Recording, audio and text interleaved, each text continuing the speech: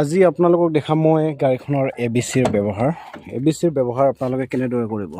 গাড়ীখনৰ ABC accelerator brake class, কিন্তু যেতিয়া আপুনি গাড়ীখন ষ্টাৰ্ট কৰিব তেতিয়া আপোনাৰ CBA আৰম্ভ হ'ব, CAD আৰম্ভ হ'ব। অৰ্থাৎ প্ৰথমতে আপুনি ক্লাছটো সম্পূৰ্ণ দবাই ল'ব লাগিব। তাৰপিছত আপুনি এখন ভৰি ৰাইট ভৰিখন ব্ৰেকত ৰাখিব। যেতিয়া গাড়ীখন আপুনি ষ্টাৰ্ট কৰিব, ষ্টাৰ্ট কৰাৰ পিছত ব্ৰেকত থকা ভৰিখন এৰি দি আপুনি এক্সেলেৰেটৰটো লাহেকৈ দবাব লাগিব। আপুনি এক্সেলেৰেটৰটো যিমানখিনি দবাই সিমানখিনি ক্লাছটো এৰি দিব লাগিব। সম্পূৰ্ণ এক্সেলেৰেটৰটো দবালে সম্পূৰ্ণ ক্লাছটো এৰি দিব লাগিব। আৰু যদি ব্ৰেক মাৰিব লগা হয় তেনেহ'লে এক্সেলেৰেটৰত থকা ভৰিখন উঠাই আপুনি ব্ৰেক মাৰিব লাগিব।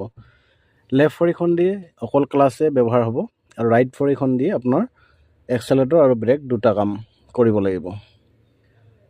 এক্সেলেৰেটৰটো যদি দবাই ক্লাছটো এৰি দিব লাগিব, ক্লাছটো যদি দবাই